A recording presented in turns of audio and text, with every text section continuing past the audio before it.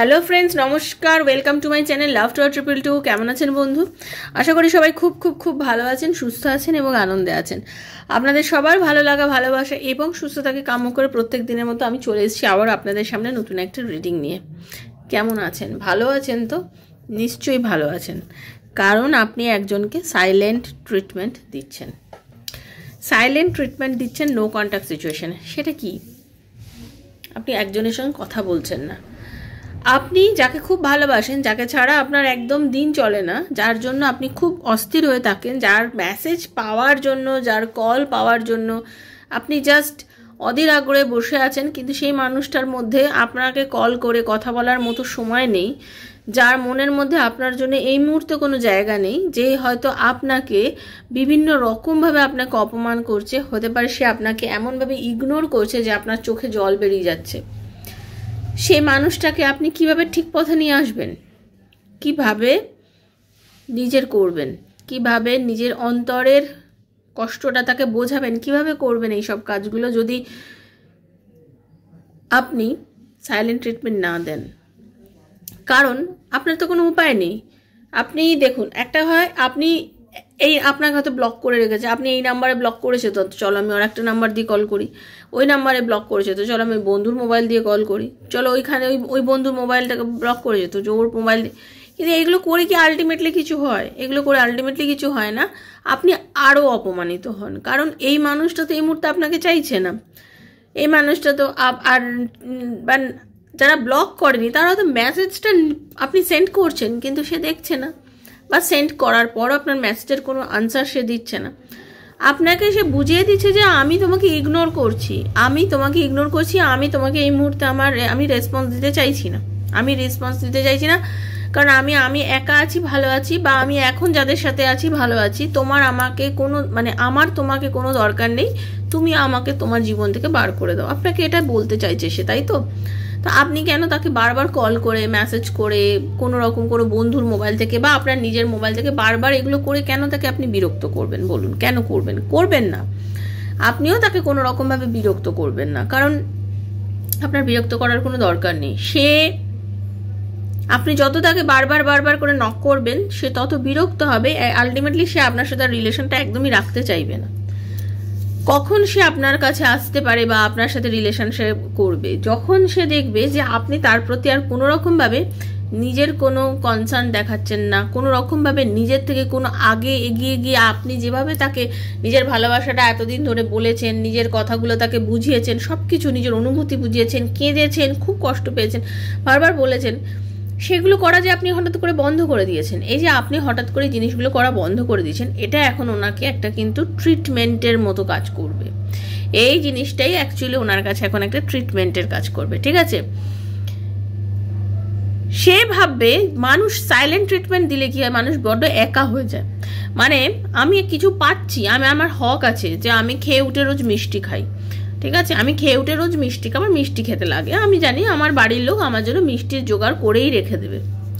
কিন্তু আমি সবাইকে খুব মুখ করি, কেন আমাকে তোমরা মিষ্টি খাওয়াও, আমি মিষ্টি খেলে মোটা হয়ে যাব, আমি মিষ্টি খেলে হয়তো আমার সুগার বেড়ে যাবে, আমার মিষ্টি খেলে আমার এই রোগ হবে, আমার ওই রোগ হবে, আমি খাবো না।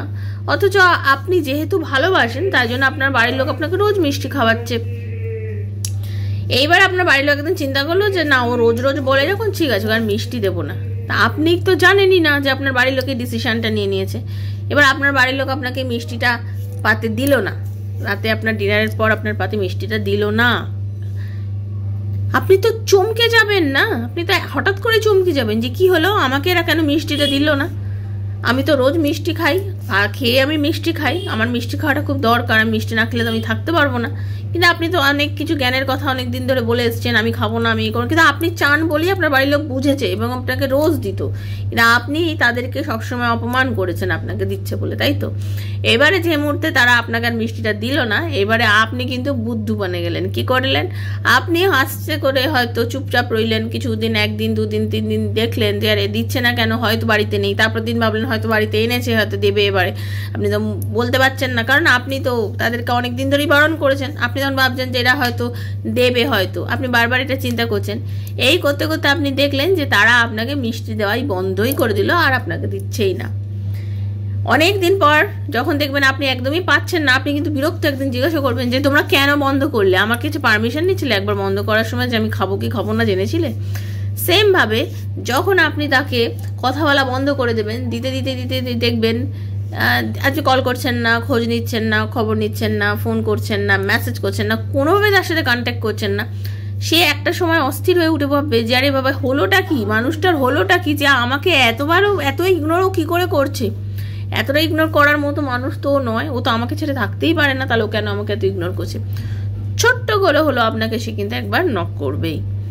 এইবারে আপনার দায়িত্ব সে ওই ছোট্ট নখে আপনি তার সাথে যোগাযোগ করবেন নাকি করবেন না। দেখুন এক্ষেত্রে আমি দুটো কথা বলতে পারি। কারোর ভালোবাসার মানুষ অতিরিক্ত ইগোইস্টিক হয়, হয়তো মানুষটা খারাপ না, মানুষটা ভালো, মানুষটা আপনাকে ভালোবাসে, কিন্তু সে এত বেশি ইগোইস্টিক যা সে মানে বলে না ভাঙবো তবু মচকাবো না, সে হয়তো আপনাকে একেবারে অনেক কিছু বলে দিতে পারবে না। সে হয়তো আপনাকে তুমি কেন কথা বলছো না, আমি পারছি না, আমার কষ্ট হচ্ছে, হয়তো আপনাকে কিছুই বলবে না, কারণ তার ইগোতে আটকে যাচ্ছে, সেগুলো সব বলবে কিন্তু কিছুদিন পরে বলবে, কিন্তু সেই মুহূর্তে সে তো বলতে পারছে না। সে হয়তো ছোট্ট করে হয়তো আপনাকে একটা হাই লিখলো বা আপনাকে একটা ছোট মেসেজ করলো, সেক্ষেত্রে এবার আপনার দায়িত্ব আপনি তাকে নেবেন না আপনি তাকে মুভ অন করে বেরিয়ে গেছেন, আপনার জীবন নতুন করে শুরু করেছেন, সেটা আপনার ব্যাপার। ওকে, এবার আপনার যদি মনে হয় যে না আমি এই রিলেশনটা চাই, তাহলে আপনি ওই ছোট জায়গারই আপনি উত্তর দেবেন, তার সাথে কথা বলবেন, যোগাযোগ করবেন, রিলেশনটা সুন্দর করার চেষ্টা করবেন, কারণ আপনি তো অপেক্ষা করছিলেন, আপনি যোগাযোগ করবেন, তখন তার সাথে কথা বলবেন। আর যদি আপনি মনে করেন যে না, তাহলে করবেন না। আর যাদের পার্টনারও একটু খোলামেলা কথা বলে বা পছন্দ করে, সে হয়তো আপনার সঙ্গে নিজেই কল করবে, কথা বলবে, আপনাকে চাইবে কথা বলতে, তখন তো আপনি কথাই বলছেন। এবার আপনি ওখানেও ব্যাপার হচ্ছে যে আপনি চাইলেই আপনি বলবেন, না চাইলে আপনি বলবেন না, সব কিছুই নির্ভর করছে কি ডিপেন্ড করছে আপনাদের ওপর, আপনার নিজের ওপরে, যে আপনি কি চান, আপনি কথা বলতে চান না কি চান না, চাইলে বলবেন, না চাইলে বলবেন না। কিন্তু ট্রিটমেন্টটা করুন, রোগের ট্রিটমেন্ট ভীষণ জরুরি।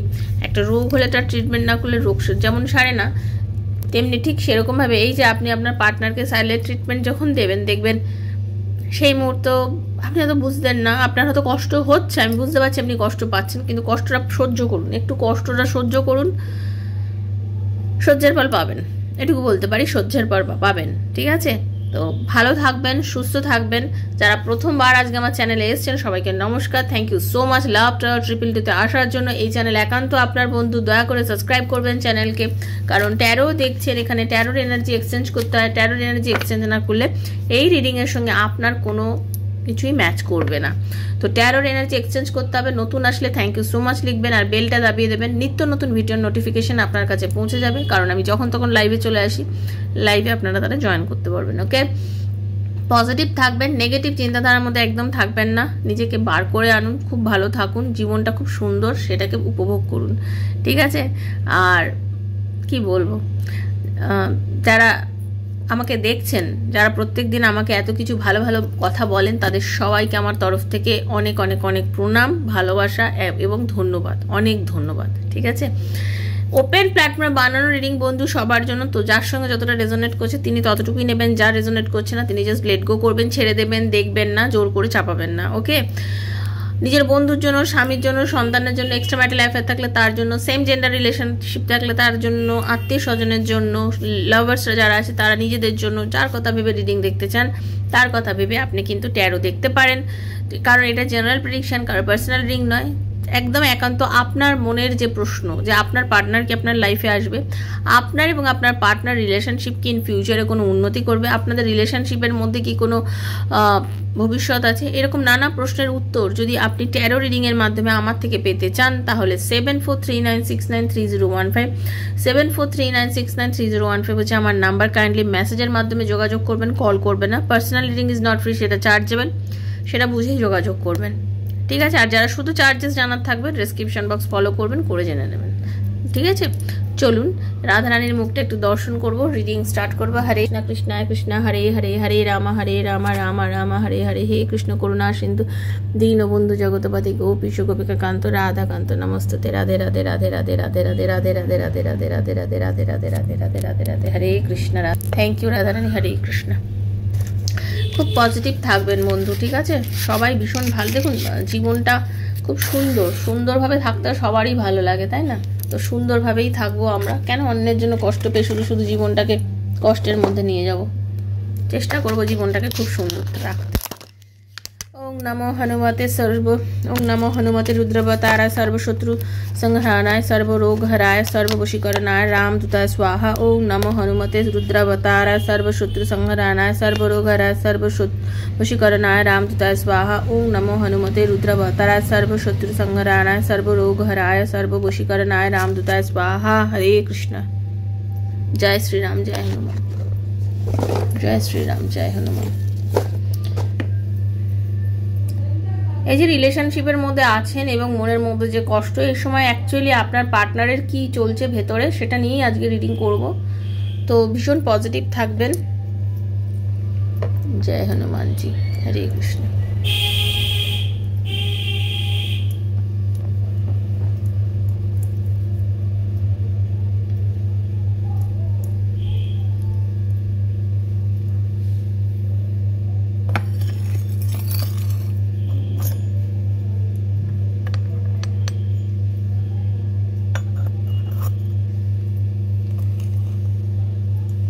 চলুন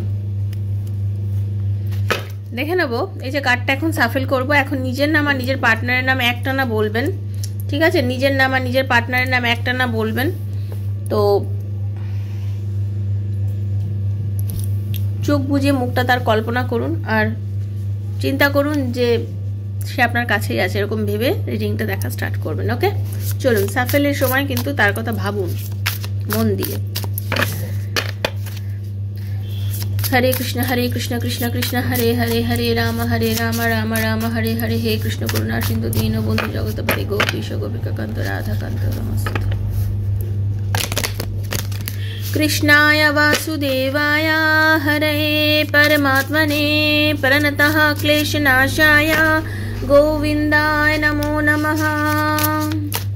कृष्णाय वासुदेवाय हरे परमात्मने प्रणतः क्लेशनाशाय गोविंदाय नमो नमः। অসম্ভব কনফিডেন্স লেভেল আপনার বেড়ে গেছে, যেটা দেখতে পাচ্ছি, ঠিক আছে? সেটাই দেখতে পাচ্ছি। কৃষ্ণায় বাসুদেবায় হরে পরমাত্মনে প্রণতঃ ক্লেশনাশায় গোবিন্দায় নমো নমঃ। হে Radha Rani, please guide me universe. Thank you so much. Thank you Radha Rani. Hare Krishna. যেটা দেখতে পাচ্ছি বন্ধু, দেখুন, ডিভাইন ফেমিনিন। আপনি কিন্তু ঈশ্বরের আশীর্বাদ পুষ্ট একজন মানুষ। আপনি মহিলা পুরুষ যিনিই হন না কেন, দেখুন এটা জেনারেল প্রেডিকশন, সবার জন্যই করা। তো আপনি কিন্তু ঈশ্বরের আশীর্বাদ পুষ্ট একজন মহিলা, ঠিক আছে? আপনার মধ্যে ফেমিনিন, আপনি মহিলা হলে তো হলোই, আর আপনি যদি পুরুষ হন আপনার ফেমিনিন এনার্জি কিন্তু আছে আপনার মধ্যে। মানে কি, মায়া, মমতা, মানুষের প্রতি কেয়ারিং ভাব, এটা আপনার জন্য আপনার মধ্যে খুব প্রচন্ড পরিমাণে আছে, ঠিক আছে? আপনি অ্যাকচুয়ালি খুব ট্র্যাপড হয়েছেন এই রিলেশনশিপের মধ্যে, যার সাথে আপনি সম্পর্কের মধ্যে আছেন বা ছিলেন, যার কথা ভেবে রিডিংটা দেখছেন। আপনি খুব ট্র্যাপড হয়েছেন। সে আপনাকে নানা রকমভাবে কিন্তু ইউজ করেছে, ঠিক আছে? আপনাকে এই ইউজ করে আজকে আপনাকে সে যে ছেড়ে দিয়েছে, আপনি যেন একদম হাত পা বদ্ধ অবস্থায় আপনাকে ফেলে দিয়ে মানুষটা আপনাকে একা করে দিয়ে অ্যাকচুয়ালি চলে গেছে। আপনাকে একা করে দিয়ে সে চলে গেছে। আপনি নিজেকে বড্ড একা করে ফেলেছিলেন। আপনি নিজে বুঝতে পারছিলেন না আপনার করণীয়টা ঠিক কী। আপনি একদমই বুঝতে পারছিলেন না আপনার করণীয়টা কি। আপনি লাইফটাকে না এমনভাবে আপনি এতটা আপনি ভেঙে পড়েছিলেন, মারাত্মক স্ট্রেসের মধ্যে চলে গেছিলেন। আপনি আমার বন্ধু যিনি আমাকে দেখছেন, আপনি পুরোপুরিভাবে স্ট্রেস লেভেলের চরম স্ট্রেস লেভেল আপনার লাইফে এসে গেছিলো। আপনি খুব স্ট্রেসের মধ্যে চলে গেছিলেন, ঠিক আছে? আপনি কোনো রকমভাবে এত টেনশন, অকারণে মানুষের সঙ্গে আর্গুমেন্ট হয়ে যাচ্ছিল, আপনি ঝগড়া করে ফেলছিলেন, মানুষকে মেনে নিতে পারছিলেন না, আপনি তো বুঝতেই পারছিলেন না অ্যাকচুয়ালি আপনার করণীয়টা কি। না, আপনি রেগে যেতেন মানুষের ওপরে, ঠিক আছে? কিন্তু এই একাকিত্ব, এই লোনলি যে ব্যাপারটা আপনাকে অ্যাকচুয়ালি অনেক কিছু শিখিয়েছে জীবনে, ঠিক আছে? আপনাকে জীবনে অনেক কিছু শিখিয়েছে। কি শিখিয়েছে? প্রথমত হচ্ছে সেটা হচ্ছে আপনি জীবনের একাকিত্ব থেকে আপনি রিয়েলাইজ করেছেন যে জীবনে আপনি জীবনে অনেক কিছু রিয়েলাইজ করেছেন। কি রিয়েলাইজ করেছেন? আপনি পজিটিভিটি রিয়েলাইজ করেছেন। আপনি বুঝেছেন যে নিজেকে বাঁচতে গেলে সব সময় একজনের সাহারা নিয়েই বাঁচতে হবে এরকম কোনো মানে নেই। ওকে, এরকম কোনো মানে নেই। নিজেকে বাঁচানো যায়, নিজের বলে না দিমাগ কি বাত্তি জ্বালাও, মানে এখন আপনি বুঝেছেন যে আপনারও একটা বাত্তি আছে ভেতরে এবং দিমাগ কি বাত্তি আপনার জ্বালানো উচিত। ওকে, তো আপনি বুঝতে পেরেছেন এবং আপনি এখন কি করছেন, খুব পজিটিভ থেকে নিজের দিমাগ কি বাত্তি আপনি জ্বালাচ্ছেন। অপরদিকে মানে আপনার যে পার্টনার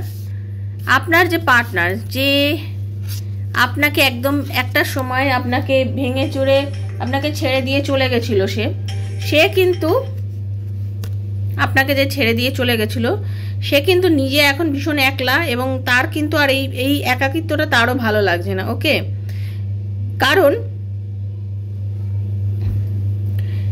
এই ব্রেকিং পয়েন্টটার মধ্যে তারও কিছু জাগরণ হয়েছে। কিরকম জাগরণ, সে এখন তার জীবনও সব হোপলেস হয়ে গেছে, সে নিজেও অ্যাকচুয়ালি, ঠিক আছে, হোপলেস হয়ে গেছে সে নিজেও, কিন্তু তার যা পাওয়ার, সে দেখুন সে নিজে একা, সে কিন্তু পাগল হয়ে যাচ্ছে, সে অস্থির হচ্ছে আপনার জন্য, সে ডিস্ট্র্যাক্টেড হয়ে গেছে, ঠিক আছে। সে বুঝতে পেরেছে যে আপনারা অনেকে লং ডিস্টেন্স রিলেশনশিপের মধ্যেও আছেন। ওকে, বা আপনাদের মধ্যে এমন একটা ব্যাপার আছে, আপনাদের বয়সে ছোট বড় অনেক হতে পারে, বা আপনাদের কাস্টের কিছু সমস্যা হতে পারে, মানে আলাদা কাস্টের হতে পারেন, এরকমও আপনারা হতে পারেন, ঠিক আছে। আপনাদের মধ্যে কিন্তু একটা বৈষম্য আছে। তো এই বৈষম্যটার জন্য সে নিজে চাইলেও এখন চট করে আপনার কাছে কিন্তু আসতে পারছে না, চট করেও কিন্তু সে আসতে পারছে না। সে চাইছে আপনাদের এই কেমিস্ট্রিটা ঠিক করতে, বাট পাচ্ছে না, কারণ সে কনফেস করতে ভয় পাচ্ছে আপনাকে। সে চাইছে আপনাকে কনফেস করছে, সে কিন্তু আপনাকে ক্লিয়ারলি মেসেজ করবে একটা সময়, সে আপনাকে ক্লিয়ারলি মেসেজ করবে। তার কারণ হচ্ছে এই মানুষটা এখন আপনার সাথে একটা ফ্যামিলি বানাতে চাইছে। আনম্যারিডদের জন্য বলছি, ম্যারিডদের জন্য যে, আচ্ছা আর একটা কথা বলছি, অনেকেই আছে ছেলেরা বিয়ে করে নিয়েছে, 3 বছর 4 বছর 5 বছরের প্রেম ছেড়ে দিয়ে সে নতুন করে বিয়ে করে একটা মেয়ের সঙ্গে সংসার করছে, আর তো মেয়েরা আবার তার জন্যই বসে আছে, বা মেয়েরা বিয়ে করে সংসার করছে, ছেলেরা তার জন্য ওয়েট করে আছে কবে সেই মেয়েটা তার হাজব্যান্ডকে ছেড়ে বা কবে সেই ছেলেটা তার ওয়াইফকে ছেড়ে এসে বিয়ে করবে তাকে, তার জন্য। এই বোকামিগুলো আমার মনে হয় না করাই ভালো, ঠিক আছে। যে যার নিজের পথে চলা উচিত, যে যেটা করে নিয়েছে তাকে তার মতন চাইলে নিজেকে সেই জায়গা থেকে বার করে এনে নিজের জীবনটাকে সাজানো উচিত, কারণ এটা বোকামো হচ্ছে, এর বেশি কিছু না, এটুকুই বলবো, ঠিক আছে। তো কারণ তুমি কাঁদতেই থাকবে, কারণ সে তখন ফিরবে না তোমার জন্য। তো এই যে ফাউন্ডেশনটা, সে কিন্তু আর যারা আনম্যারিড একদম, তারা মানে দুজনেই সিঙ্গেল, তো তারা কিন্তু চাইছে একেবারে একটা ভিত গড়তে, বা যারা হাজব্যান্ড ওয়াইফ আছে, দূরত্ব আছে, তারাও চাইছে সম্পর্কটাকে তৈরি করতে, একটা ফ্যামিলি বানাতে, একটা সুস্থ সম্পর্ক তৈরি করতে, ঠিক আছে। সে কনফেস করবে, সময় লাগবে, কারণ তার মধ্যে কিন্তু ট্রাস্ট, স্টেবিলিটি, বিলিভিং, মানে সে নিজে বুঝেছে এবং এবার তোমাকেও বোঝাতে চাইছে, আপনাকে বোঝাতে চাইছে যে আমি সত্যি তোমাকে ভালোবাসি, আমার ভেতরে যে কনফ্লিক্ট ছিল, যে প্রবলেম ছিল, সেটা সত্যি সেটা ভেঙে গেছে। আমি নিজেকে অ্যানালিসিস করেছি কতদিন ধরে, এই যে দূরত্ব, এই দূরত্বতে আমি নিজেকে অ্যানালিসিস করেছি, আমি বুঝতে পেরেছি যে প্রবলেম হচ্ছে আমি বুঝতে পারছি আমাদের প্রবলেম হচ্ছে আমার ভালো লাগছে না তোমাকে ছেড়ে এইভাবে থাকাটা, আমার ঠিক ভালো লাগছে না, পছন্দ লাগছে না, আমি একা থাকতে পারছি না।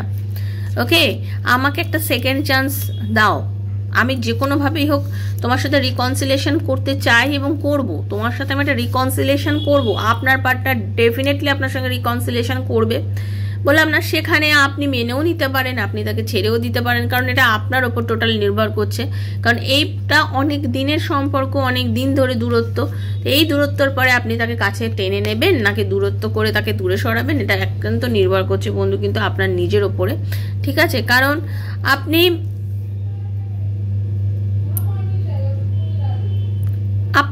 এখন যে মেন্টালিটির মধ্যে আছেন, আপনি একটা হট অ্যান্ড কোল্ড মেন্টালিটির মধ্যে রয়েছেন।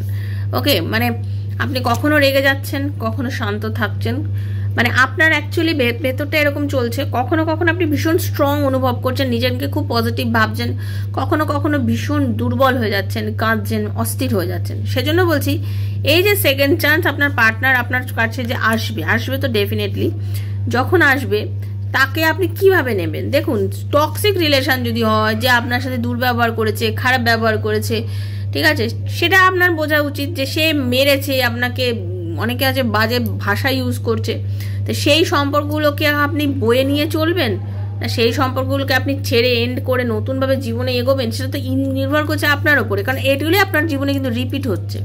তো সেইটাকে আবার আপনি রিপিটেশন করবেন কি করবেন না, সেটা তো ইউনিভার্স আপনার উপরেই, আপনার কিছু ডিসিশন তো আমরা নিজেরাই নিই না, সব তো আর আমাদেরকে ভগবান করে দিচ্ছে না। আমার ভাগ্যে একটা কিছু দিল যে তোমার এটা হবে, তারপর আমি কিভাবে সেটা নেবো, সেটা তো সৎ পথে নেবো না অসৎ পথে নেবো, আমার উপর নির্ভর করছে, তাই তো। সেজন্য আপনার যে ক্রেভিংটা, আপনার পার্টনারটা ক্রেভিং হচ্ছে আপনাকে পাওয়ার, সেই ক্রেভিংটা আপনার পার্টনার আপনার কাছে আসবেই। এবার আপনি সেটা সেটা আপনি জাজ করবেন যে এই জাজমেন্টটা আপনার জন্য ঠিক হবে কি হবে না, তাকে নেওয়াটা আপনার লাইফে সঠিক হবে কি হবে না, এটা কি আপনার কোনো ইলিউশন, ঠিক আছে, আপনি কি আপনার নেওয়াটা কি, তাকে দেখুন, তাকে গ্রহণ করাটা আপনার জন্য কতটা যুক্তিযুক্ত হবে সেটা কিন্তু আপনাকেই ভাবতে হবে। বারবার বলছি, সেকেন্ড চান্স আপনার পার্টনার আসবে, আপনাকে দেবে, আপনি বুঝে নিন এই যে সম্পর্কটার মধ্যে ম্যাক্সিমাম সময় আপনাদের যেই অন অফ সিচুয়েশন গেছে বা যাই হয়েছে, সেই অন অফ সিচুয়েশন বা তার এই যে সম্পর্কতে যে ব্যবহার সে আপনার সাথে করেছে, সেগুলোকে আপনাকে মেনে নিতে আপনি আবার পারবেন। যদি পারেন তাহলে আপনি আবার তার সাথে যোগাযোগ করবেন, ঠিক আছে, আপনি আবার তার সাথে রিলেশন রাখার চেষ্টা করবেন, আর না হলে আপনি তাকে লেট গো করবেন। ওকে, এটাই ছিল আজকের রিডিং। ভালো থাকবেন, সুস্থ থাকবেন, ইউনিভার্সের কাছে সবসময় ক্লেম করবেন যেন আপনার সঙ্গে সবসময় ভালো হয়।